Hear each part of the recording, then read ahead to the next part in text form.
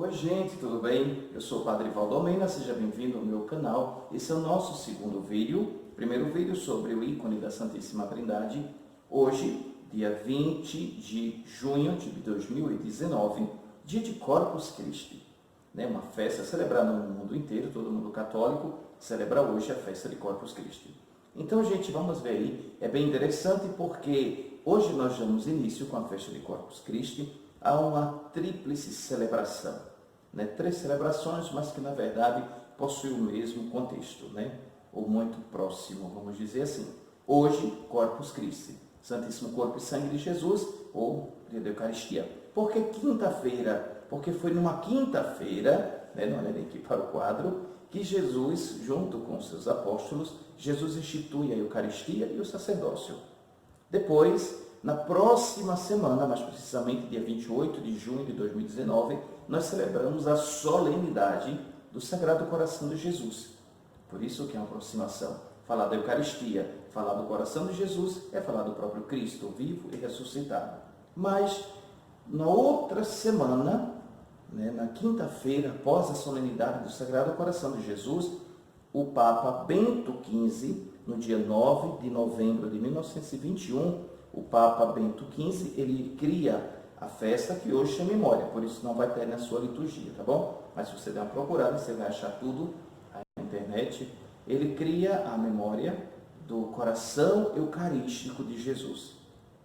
Também lembramos que próxima semana, na solenidade do Sagrado Coração de Jesus, que você já pode começar hoje aí, uma semana toda voltada com Corpus Christi ao coração de Jesus, e do coração de Jesus partir para o coração eucarístico de Jesus, unir essa devoção ao coração de Jesus à devoção ao Santíssimo Sacramento, porque falamos do mesmo Cristo. Adorar a Eucaristia é adorar o coração de Jesus. Comungar a Eucaristia é comungar o próprio coração de Jesus. E esse coração que é sacerdotal, porque Jesus ele institui a Eucaristia e o sacerdócio. Por isso também é o dia de oração pela santificação do clero. Por isso, meu amor, a partir de hoje, lembra aí da sua intenção de rezar pelo seu padre, rezar pelos padres do mundo inteiro, rezar pelos diáconos, rezar pelos bispos, pelo Papa, pela santificação do clero, para que o clero, o nosso clero hoje, nós possamos ser a imagem e a semelhança do coração de Deus, Dá-vos aí pastores segundo o meu coração. Então, essa é a grande oração agora da igreja, até a solenidade do Sagrado Coração de Jesus. Então, não deixa de estar rezando não, tá bom? Nós vamos aí, gente, falar um pouquinho da história, falar um pouquinho do contexto da Sagrada Escritura e o sentido da solenidade de hoje. O primeiro passo é justamente esse: casar, não distanciar, mas unir Corpus Christi, Sagrado Coração de Jesus, Coração Eucarístico de Jesus. Três festas para ensinar uma mesma coisa. Jesus está verdadeiramente presente na Eucaristia. Então é justamente isso que nós celebramos na festa de Corpus Christi, melhor, na solenidade de Corpus Christi. Hoje nós temos uma das procissões que são litúrgicas, e é uma das poucas procissões, acho que é a única, que ela é feita após a missa. Normalmente as procissões acontecem antes da missa, principalmente do padroeiro, viu? É importante isso. O padroeiro vai às ruas convidar seus fiéis, seus devotos, para celebrar a Eucaristia. Mas a missa agora é diferente. Nós celebramos a Eucaristia e fazemos um ato de adoração pública pelas ruas da cidade. Então, a procissão ela sempre vai ser após a missa, a procissão de Corpus Christi. Então, gente, vamos lá. Primeiro, é importante a gente entender que a Eucaristia ela foi celebrada a partir da última ceia de Jesus. A partir desse momento, nós vamos encontrar nas narrações dos Atos dos Apóstolos que sempre no domingo, após o outro domingo, sempre aos domingos, o dia da ressurreição, os discípulos se reuniam para a fração do pão, para a partilha da palavra e fazer aquilo que Jesus disse, fazer isto em minha memória, transformar o pão e vinho no seu corpo e no seu sangue. Então, não é uma novidade falar da Eucaristia na igreja, não foi uma invenção aí medieval, não. É Cristo que institui a Eucaristia e o sacerdócio. Então, a partir daí, a igreja sempre celebrou a Eucaristia. Nós vamos ver isso daqui a pouco com algumas narrações bíblicas. Depois, com o passar do tempo, foram aparecendo alguns desconfortos teológicos, vamos dizer assim, para não chamar diretamente de heresia, até porque no finalzinho o Tadinho se retratou. Aparece no dia 6 de janeiro de 1188, né, morre na verdade, um francês, teólogo e filósofo chamado de Berengário. Né? Então, Berengário ele vai negar o milagre da transubstanciação. Eu vou explicar daqui a pouquinho o que é o milagre da transubstanciação. Ele vai dizer que a Eucaristia, na verdade, não é a presença real, corpo, sangue, alma e divindade de Jesus ali, né? Mas é somente uma imagem, é somente uma representação. E não, irmãos e irmãs, né? Isso aqui é uma imagem. Né? A Eucaristia não é uma imagem. A Eucaristia é a presença real de Jesus. Né? Depois, ele mesmo que vai dizer isso, o próprio Cristo que diz isso. Por duas vezes, Berengário vai professar a fé, mas ele faz isso de mentirinha, da boca para fora. Né? E o Papa o chama no tempo para conversar, para saber como é isso, que ele anda negando a Eucaristia, e ele professa da boca para fora, mas né, até hoje isso é uma dúvida, se ele se retratou, ele morreu como um penitente, né, assumiu que errou, né, que estava equivocado, que ensinou as pessoas ao erro, mas até hoje não tem né, uma clareza se de fato ele morreu reconciliado, se ele acreditava ou não na Eucaristia, uma coisa meio que confusa. Mas é importante aqui, né, quando nós falamos de Berengário, lembrar que tem muitos católicos meio que assim, viu? Professa a fé eucarística da boca para fora, mas não curva o joelho diante do Santíssimo, não dedica um minuto sequer junto de Nosso Senhor, nunca visita Jesus no sacrário, né? Então é muito importante para que essa nossa fé ela seja uma fé prática, não somente teórica. Então vamos lá. É colocado a partir daí a elevação da hóstia na missa para adoração. Engraçado que você olha lá no missal, neste momento o sacerdote ergue a hóstia para adorá-la. Né? Então, esse momento da elevação da hóstia depois do sangue, ele é colocado na liturgia já a partir desse contexto de Berengário, para mostrar à igreja, né, que Jesus deve ser adorado na Eucaristia, porque a Eucaristia não é uma imagem, mas é a real presença de Jesus. Depois vamos lá, gente. Também a condenação dos valdenses, que caminha mais ou menos por aí, a heresia dos valdenses, né, que caminha mais ou menos nesse nível aí. Em 1215, já aparece aqui o termo transubstanciação. Então, deixa eu partir logo, furar aqui a fila. Não vou perder o contexto, não, que não perda o fio aqui, e é muita coisa, viu? Se a gente for falar aí, dá umas 3 horas de vídeo. Aparece também uma santa chamada Juliana, que ela tem umas visões de Jesus, né, pedindo que se desse uma ênfase maior à Eucaristia, né, porque parece que a coisa estava meio que esquecida, né, não era, sabe, aquela coisinha meio assim.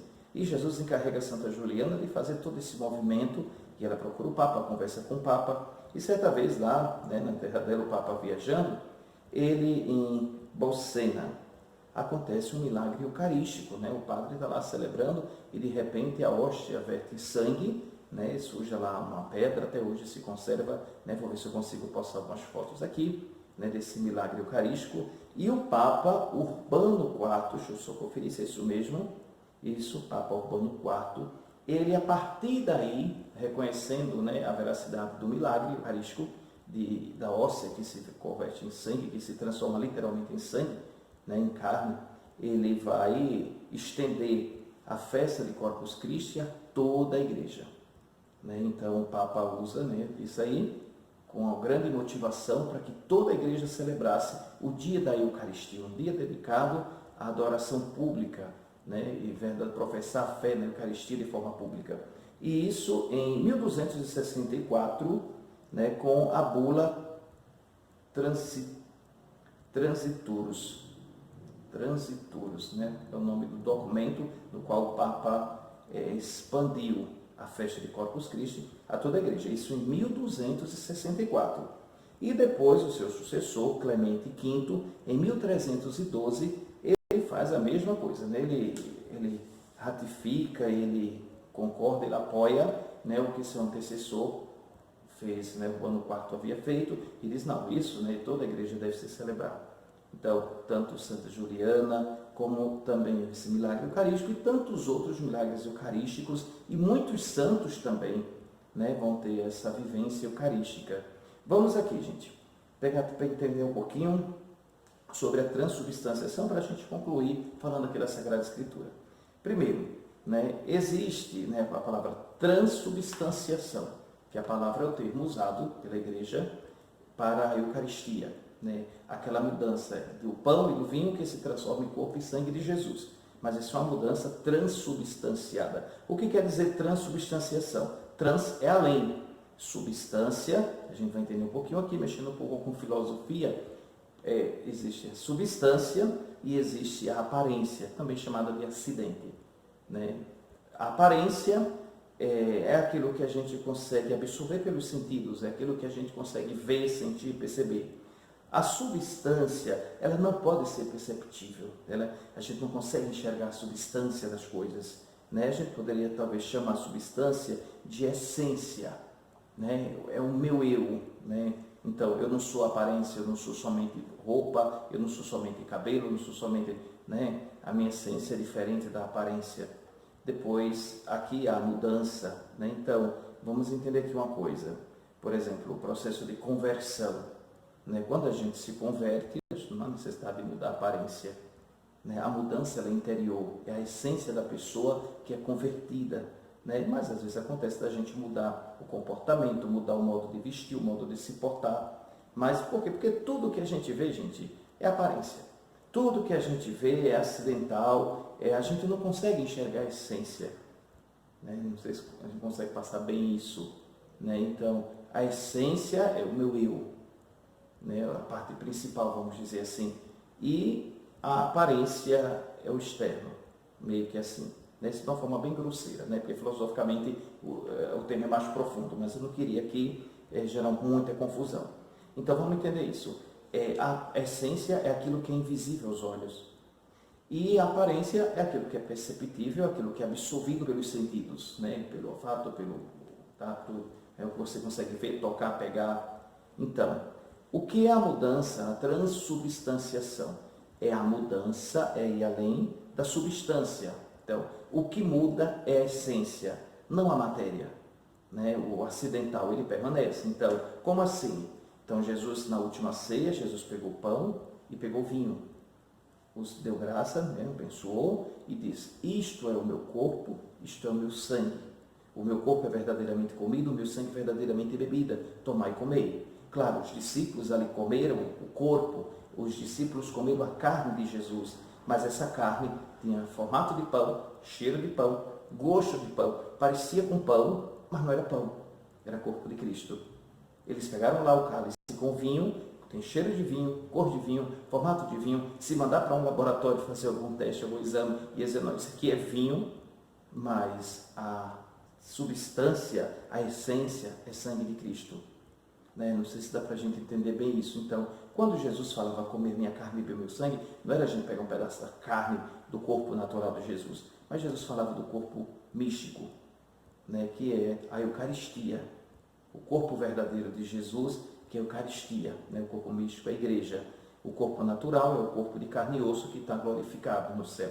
E a Eucaristia, esse corpo verdadeiro, né? É ele que diz isso: o meu corpo é verdadeiramente comida, o meu sangue é verdadeiramente bebida.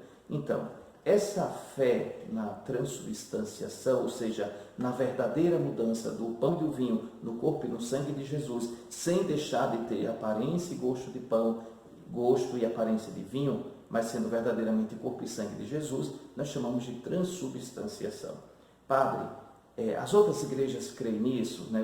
Os evangélicos, os protestantes? Depende de quem você fala. Para os luteranos, sim, para os calvinistas, mais ou menos, e para a maioria é somente uma imagem, né? Então, a ceia que é feita, para alguns ela tem um caráter de ceia mesmo, para outros é só um momento de convivência, de unidade, uma coisa assim.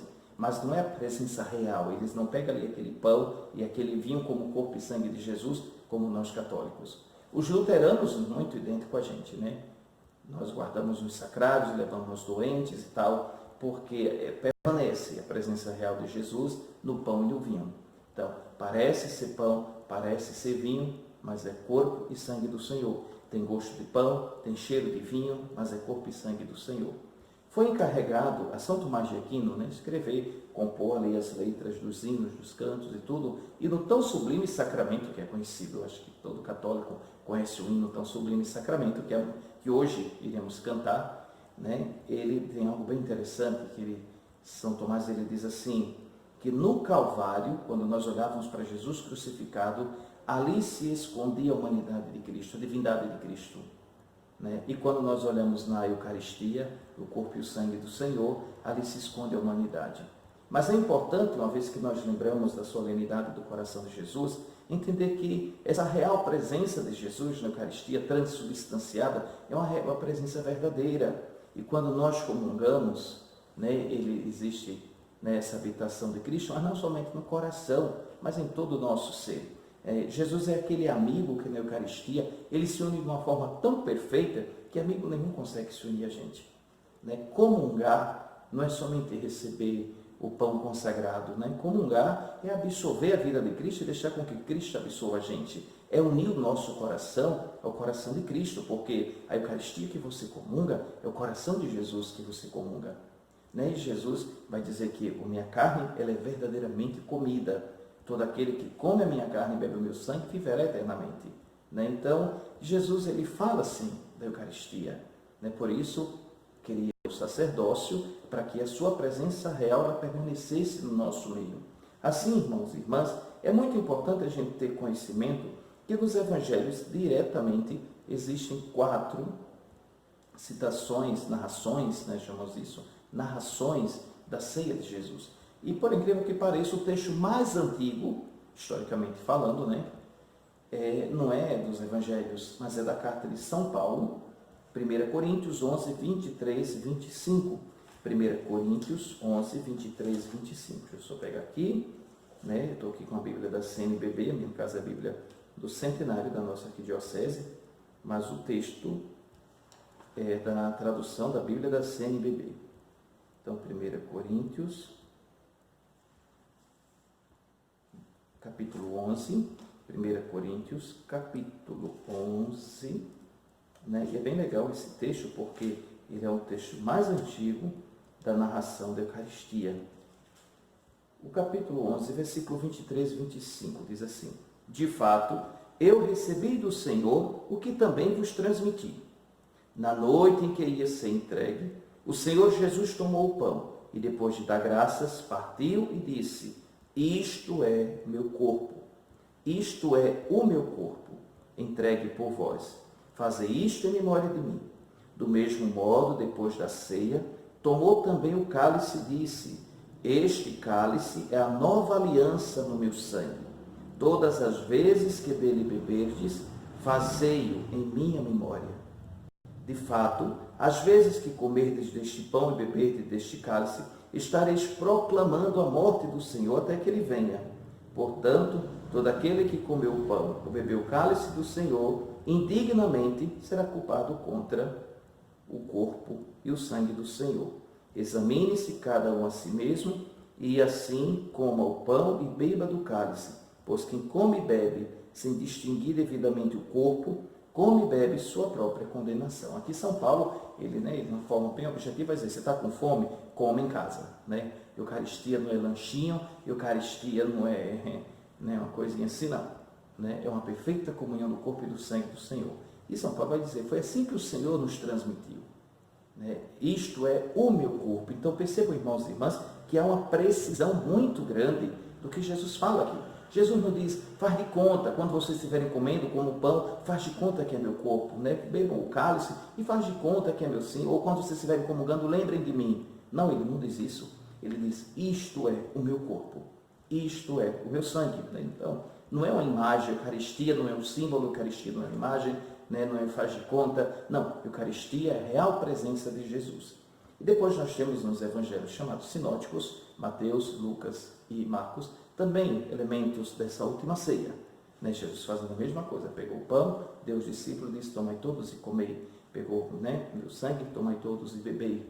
Antes de ser traído por um discípulo, Jesus ele se entrega na Eucaristia à igreja, se entrega a cada um de nós. Por isso, é muito importante que você pegue depois a sua Bíblia e dê uma leitura em São João, capítulo 6, né? O último dos evangelhos, João, o capítulo 6, mais precisamente a partir do versículo 30. Né? Olhe lá no 51, que coisa linda. Eu sou o pão vivo que desceu do céu. Quem come deste pão viverá eternamente. E o pão que eu darei é a minha carne entregue para a vida do mundo. O pão que eu darei é a minha carne para a vida do mundo. Não é a imagem da carne, né? É isso que nós chamamos de transubstanciação. Jesus mesmo diz, o pão que eu darei. Jesus não disse que vai dar um pedaço de carne, né?